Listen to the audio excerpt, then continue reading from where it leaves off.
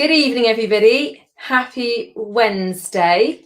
The sun is shining. Hurrah, hurrah. Happy Wednesday. We are here again. I feel like I haven't been here for ages, though. Well, I've been sat here, but I've not been chatting to you for ages. We're here on this lovely Wednesday at the very end of March when the sun is finally shining, and we are going to talk our favourite subject, which is this one here. I can't get the angles quite right. So hopefully you are sat out in the sunshine somewhere lovely. Just even if you're just on your own, just having the sun on your face and a gin and tonic in your hand. If you are on, you are watching, say hi. Tell me what you are sipping. I'll be joining you in the sunshine later. Well, not literally, but you know what I mean. So let's see who has brought us here today. And there might be some noise in the background, and I wonder why that is. Let's see if we can say hello to the team at Three Pugs Gin. Hi. Hi, lovely. Hi. Have we got the pugs with us? Are they running around the garden? They are. There's Tutu. Hi, team. Pepsi. Here's Tutu coming in. She's shot there. And Mo's under the table, so I can't show you her. And what about pug number 4, which is Steve? Where's Steve? Number 4 has just done a rummer, and Pepsi's took his place, look. But he'll be back. I'm sure he'll be back. The sun is finally shining, Chris. How is the weather up there in Warrington? It's nice tonight. Yes, well, as you can see, I'm sat outside. I've got long sleeves on, but that's okay. I've only just gone from a short sleeve shirt to a long sleeve top. So, yeah, we're good. All good here in Warrington, Cheshire. Good. So we know you've got a big and beautiful collection at Three Pugs Gin, but we are here specifically to talk about 2 of your products. So first of all, tell us before we go into the products, tell us about Three Pugs Gin, because I'm conscious that not everybody knows. Everyone knows what I know. Three Pugs Gin was launched in 2016 from our little garden distillery, 3 metre by 3 metre. I've not poured mine yet. I'll do it in a minute. And in our garden, in a terrace property in Room Street in Warrington. And we launched it with a view to selling a few at market to subsidise our retirement, because I was 58, Steve was 59, and we had no pension to speak of. And wanted to do something, because we knew we'd have to work till we were probably 80. Wanted to do something that would allow us to enjoy what we do and have a bit of passion and be our own boss and not get off the treadmill in the best way that we could. So we self-funded and we set up Three Pugs Gin, called after our pugs, Pepsi, Tutu and Mojo, who feature on everything, absolutely everything. They're on the Dark Days bottle on the front there. They're wearing face masks, and Pepsi has a stethoscope. And if you look carefully at the label, you've got toilet rolls and coronavirus mixed amongst the botanicals, which we'll talk about in a minute. So we launched our signature gin, which is now award-winning. It won London Spirits Award 2020, bronze. Never entered an award before, never had the confidence to, haven't since either. So that tells you a little bit about how unsure we are sometimes of our own ability. Steve didn't know I'd entered the award. So when he won bronze for his gin in an international competition, because let's face it, they are international, he still didn't realise the impact of that. And I don't think he does today. Just proves what a great distillery is and what a palate he's got, given that he's an engineer from working the tools in an engineering bitumen factory, which surely should have done something to his nasal passages. Obviously hasn't, if you're thinking this. Whatever he did was good. So that was our start in 2016, after I'd said very loudly at a gin tasting in 2015, we were going to make our own gin, because I had 200 bottles in the cupboard at home and I'd not seen anything new that night, and I was a bit fed up. Right. Okay. So you did your own. You went on a gin tasting, and that made you and Steve, and you realised, okay, we can do something with this. And I think what I love about your gins is the branding is absolutely full of personality, a bit like you and Steve, to be honest. And you are the only. I mean, tell me if this is wrong. I've seen this bottle before, and I've got 357 bottles of gin. So this.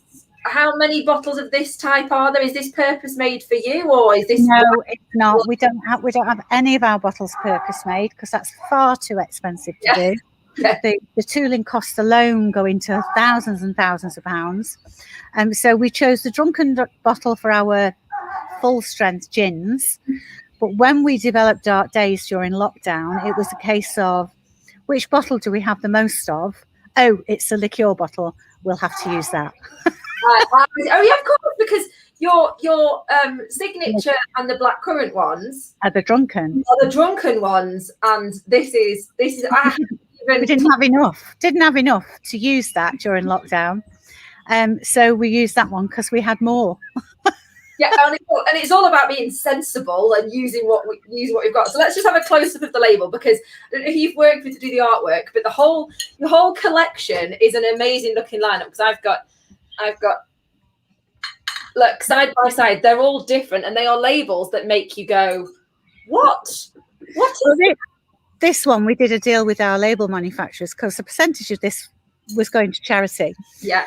It's not for this batch because we've made it specially for Sip and Share. It's not on our website at the minute. As far as I'm aware, anybody who bought it to trade on through distributors have sold out. I might be wrong on that, so don't quote me. We did a deal with the label makers who do our labels that if you gave me lots of discount, we'd do a shout out on the label, which is why their logo is featured. Driving it? Who's driving? And then you've got Mojo driving a little ambulance on the barcode. Nice. And this is cute as well. The attention to detail, both in the labels and these cute little things. Are these on your full strength gins? They are just on full strength gins that we do. And we call them our Coronation Street charms because we sit and make them while we're watching telly. So never a moment goes by without us doing something. The other distillers in the group will understand that. It's full on 24/7, 366 days a year. So tell us, Helen is saying, are we going to meet the pugs? Yes, Helen, you joined a moment late. You've just missed them. You've just missed them. They'll be back in a minute, I'm sure. So tell us about what's in this one. Tell us about the botanicals. So they're all around the bottle. They are. Steve introduced this. And he used the key botanicals that you'll get the taste of is the black pepper, and the cafe lime. They are the two key botanicals. We've also got yarrow in there to give it a creaminess, smoothness, along with the usual suspects of coriander, juniper, orris, and the rest. We've not put all of them on this time because I think Steve's getting a bit more secretive in his old age. Not quite. But the black pepper and the cafe lime, I remember the first time I tried this was last summer, and I think it was the time when one time you could meet people. You know? Yeah, we came to yours, didn't we?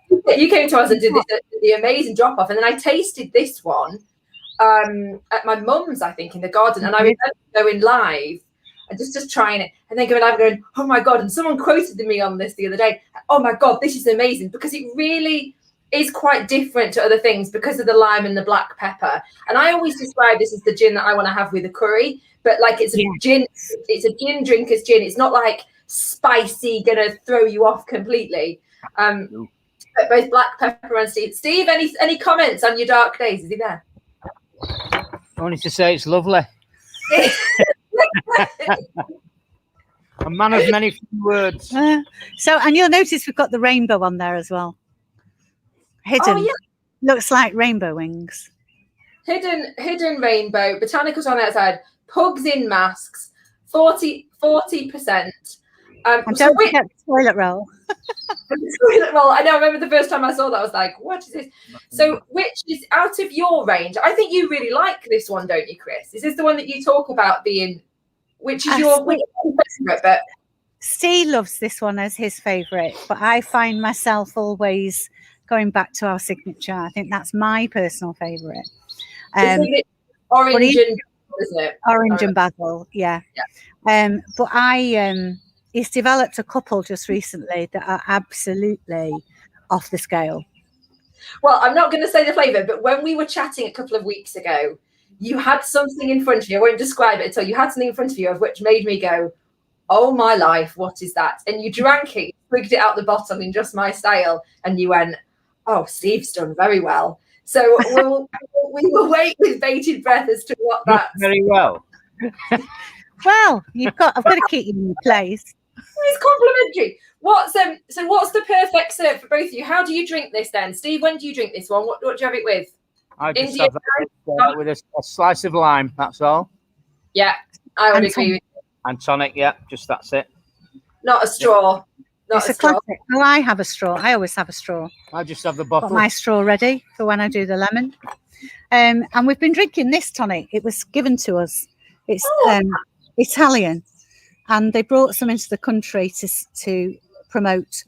But lockdown happened, so they were all going out of date. So we got a couple of cases. It's quite nice. So it's nice. Yeah. If when they start up again, keep your eye out for J Gasco. It's a really nice Italian tonic. Oh, just putting the word Italian in front of it makes it sound a bit posh, doesn't it? Yeah. We had a tonic from Warrington. I don't know whether it would sound quite as posh as a tonic from Italy, would it? No. Who makes really, this? no. Oh, it's definitely made in Italy. Nice. Vita Ana Lucia Gazzata. There you go. There's my Italian for you. I haven't a clue whether I got it right. But it sounded good. We'll take it. I can't stop drinking it.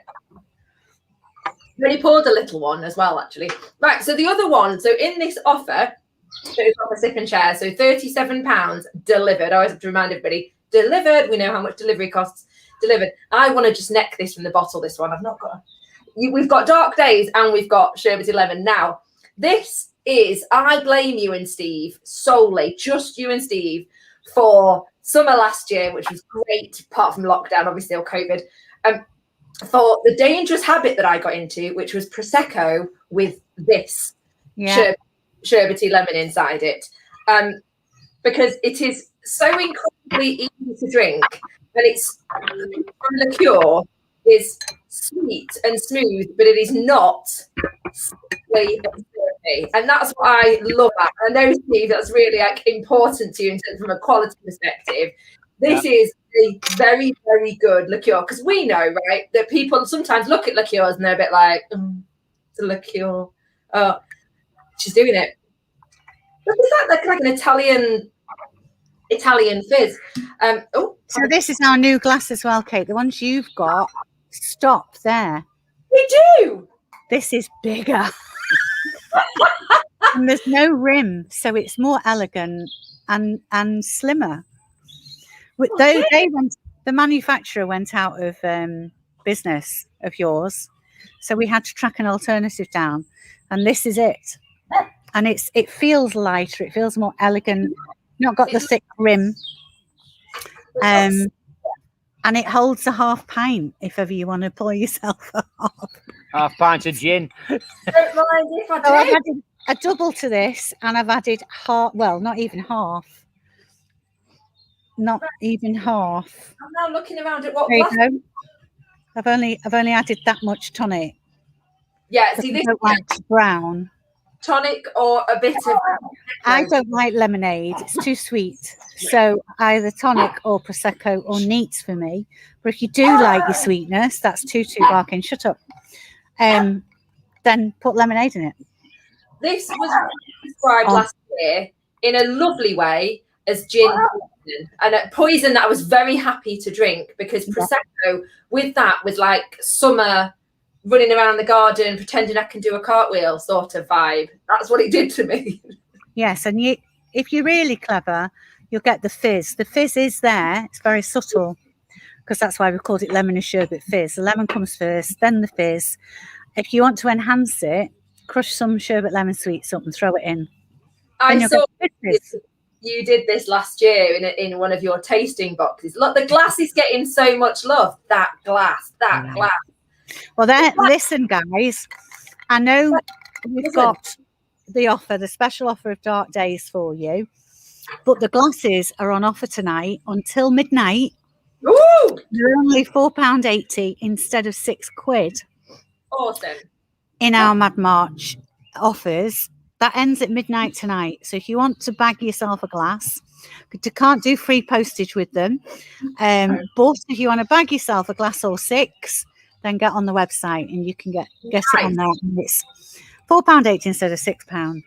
Bargain. They are really nice and skinny, and yeah, they're just that kind of step up, aren't they? They just look that Dishwasher friendly. Dishwasher friendly. Dishwasher No friendly. long stems to get in the way.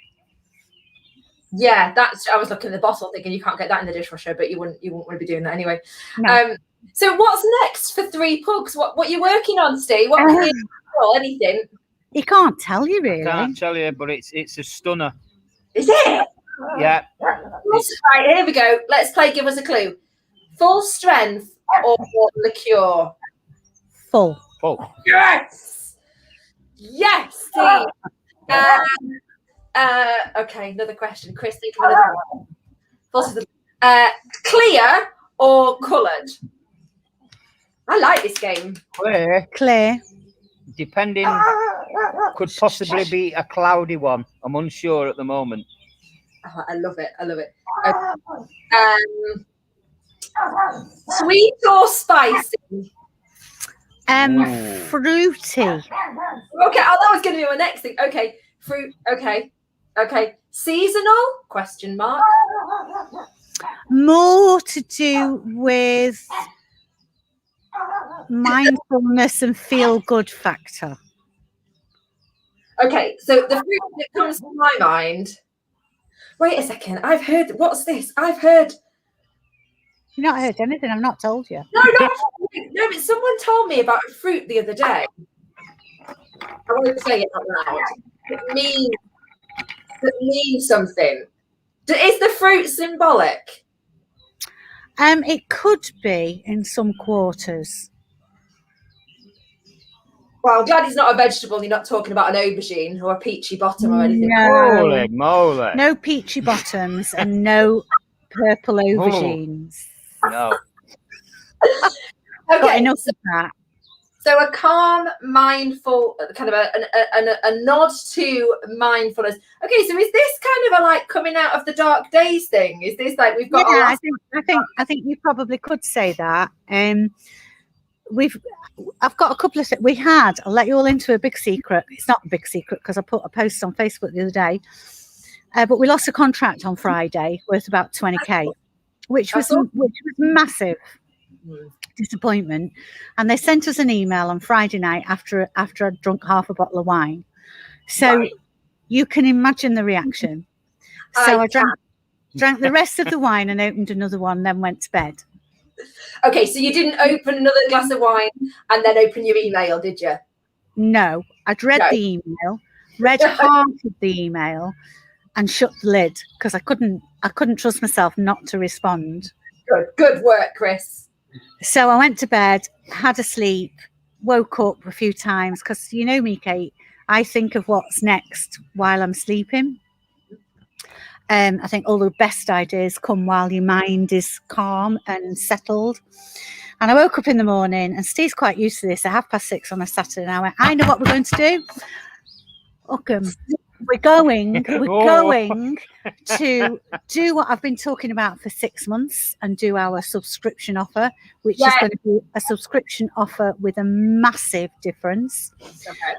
Not your normal expected subscription offer. Okay. And everybody always says I should write books about the tales I have of the liqueurs, and because I always tell a tale, don't I? The Candy Floss Fair Princess and the Lemony Sherbet Tree. And when I tell them, people say you should write a book. And I'm thinking, oh. Anyway, I've already put down the outline of the first one of a series of books called The Tales of Three Pugs, Pepsi, Tutu and Mojo. And I'm either going to go real adult with it or children or both. When you say real adult, do you mean like full of gin and maybe a bit, No. maybe a bit, maybe. Maybe a little bit. 62, I know a bit by now. She's waking up at 6:30 in the morning. I know what we're going to do. The book's going adult, Steve. Let's go. Let's go. Let's go. So I've arranged to meet with an author on the 8th of April who's offered to give me some pointers. And maybe, who knows, this time next year I might be a published author, and Three Pugs will have a series of books to go with the gins. Who knows? Brilliant. So really bringing out the story, and actually really bringing out the storytelling side of things, which I know you do a bit of that on your website. I remember you changed websites, didn't you? You had a new website about a year ago. So new website, more storytelling on the website, and kind of that brand extension bit. There's just telling even more stories about the adventures that the pugs get up to, and then how the gin feeds into that. Love it. Okay, so we've got a potential book signing, adult version or children's version. Both. Steve, the fruit. Back to the fruit. Tina's asked, British fruit or not? Like, is it a British fruit? Like, are we foraging, or are we? We're not. We never forage because we live in an industrial town, and if we foraged, it would be wire-based gin. It will taste of rust. Or it would have a taste of rust or a rugby ball, and you don't want either in your gin, do you? I love that, Chris. I love how we're not pretending. We're not pretending to forage. We never pretend to be something that we're not. No. You know, I've only just got a garden, as you know. We've moved to a little bungalow and we've got this garden, and I'm like, well, what do you do with grass? We forage. What do you do, Steve? What do you do with grass? Lie on it. Who know? We didn't even have a lawnmower. Someone gifted us a lawnmower. We've not turned it on yet. I don't even know how to do that. So yeah, we're not great foragers. I wouldn't recognise botanicals growing naturally to save my. Well, I might do now. It's been 5 years, but I'm not a forager. And at the end of the day, foraging is great if you want to risk having your gin taste like fox wee. I've got to quote that, Chris. Just saying. Just saying. And if you pick high, you risk it tasting of squirrel wee. So there's no in between, really, is there? There's like 3 Pugs Gin. Do not forage. The risk. So one of the bit at the back of your book or on the website has got to be the risk of foraging. You know, distillers talk about how beautiful it is to go do that, and you're like that. Stay away from the low branches and stay away from all the branches, really. I'm having a lemony sherbet. I'm doing it. So the only other clue I'm going to give you, there's probably between 14 and 16 botanicals in this one. 14. How many are in your signature? 8. Oh, 8. Jinx. Said at the same time. Wow. Knew it. It planted in me. I like that orange and basil. I knew it. And of course, you're drinking signature now because it's in all of our liqueurs. That's the base. So it's not just a common gin that we get. It's our signature is in every product except the dark days that we produce. Signature's the great foundation. So 14 to 16 botanicals. Have you guys ever done a navy strength? We have. Yeah. It was a mistake actually in our first year. We thought it was about the second batch that we did in our distillery. Yeah. And this is what happens when you decide to go from being a dog groomer to being a gin distiller and an engineer to being a gin distiller. This is what happens because you don't really know what you're doing. Yeah. And anybody who tells you otherwise I'll call them out. So we made a batch of gin using our 25-litre drum of alcohol that we used to buy. We used half of it, didn't we? In the 30-litre still. Yeah. And it's coming off the still. And it looks a very odd brownish colour. Sounds lovely. It's not foxy, is it? It tasted okay. It tasted okay. But then it was cloudy, wasn't it? It was cloudy and sort of a brown, like you'd get out of your tap if you'd had an issue with your pipes. So we're like, oh my God, I'm going to have a heart attack. We've just wasted 15 litres of alcohol and we've got no money. Yeah, there's a lot of booze in that. So I found about £700 for that. So we went for a walk, both of us near Tears, And while I was out, I phoned a guy who supported us in the early days. I'm sure he won't mind me saying, Jamie Baxter. He used to be the master distiller at Burley's, now installs beautiful stills worldwide. And I phoned Jamie, and he went to answering machine, and this message must have come across like I was about to top myself. Jamie, I don't know what we've done. I've ruined 25 litres of alcohol, which to him was a drop in the ocean. Yeah. And we paid the duty on it, and oh my God. And he rang me back and he said, leave it in the barrel, but the only thing you can do to clear it is to add more alcohol and make it stronger. Right, okay. So I said, right, put the lid on the barrel and leave it. And we left it for about 3 weeks. Well, it came off the still. It came off the still and you put it in a barrel. Yeah. And we just shut the lid. 70 odd, 80%? Something like that. Gin. Yeah. And it tasted fine. It had all the signature botanicals in there, so you could still taste it. But every time you added liquid, it went cloudier and the tinge didn't go. Anyway, 3 weeks later, it was like this miracle had happened. It was as clear as a freshwater spring. It had all disappeared. There wasn't any sediment in the bottom. It just cleared itself. So we tried it, and as you added water to bring it down to a lesser percentage, it went cloudy. Well, at the time, it wasn't trendy to have a cloudy gin. The first people, I think, to push a cloudy gin and get away with it was Tarquin's. Right, okay. So we had a cloudy gin, and if I'd thought of that at the time, that's what I would have done. So we had no choice but to leave it at 57%, because that's when it didn't cloud.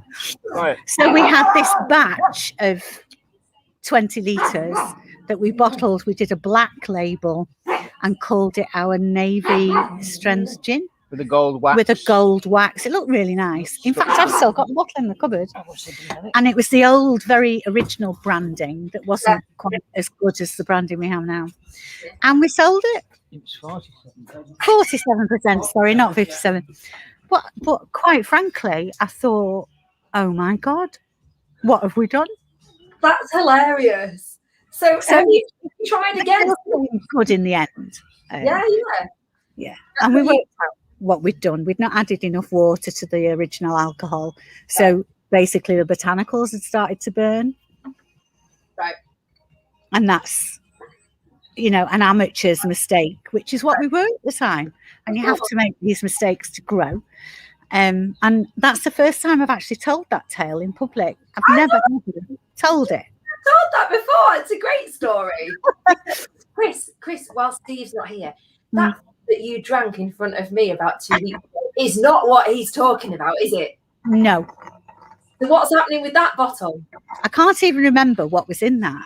I've got it in the cupboard. I'll get him to get it me. I can remember what was in it. Because he'd made it green, hadn't he? It was green. It was bright green. It looked like Shrek gone wrong. It looked like Shrek melted. And he made it green because it was cloudy. And he wanted to disguise the cloudy. And I said, you don't need to disguise cloudiness anymore. It's trendy to have a cloudy gin. Especially because of the flavour that you were talking. And I can't remember what it was. I'll have to taste it. I know what it was. I'll get it to bring me. I'll get him to bring me. We've done so many just recently. 1 sec. All right, I'm staying. Bring the green one as well. Yeah, and I was like, what the hell? Okay. So he's bringing the green one. I've not got a bottle of the Navy Strength thing that we did. You must have drunk it. Yeah. Do you mean this? Yes. Steve? Yes. What's this? It was just something I was playing about with. What are you doing with it? I know what it is now. I know what it is because I remember you telling me. And I remember looking at it going, oh my God, that's bright green. Like I'm all up for a bit of colour, but that is green. But it's close to the right green. If you think chocolate lime. Yes, it is. It is chocolate lime. Yeah. So is that a liqueur? Presumably it is. No, full strength.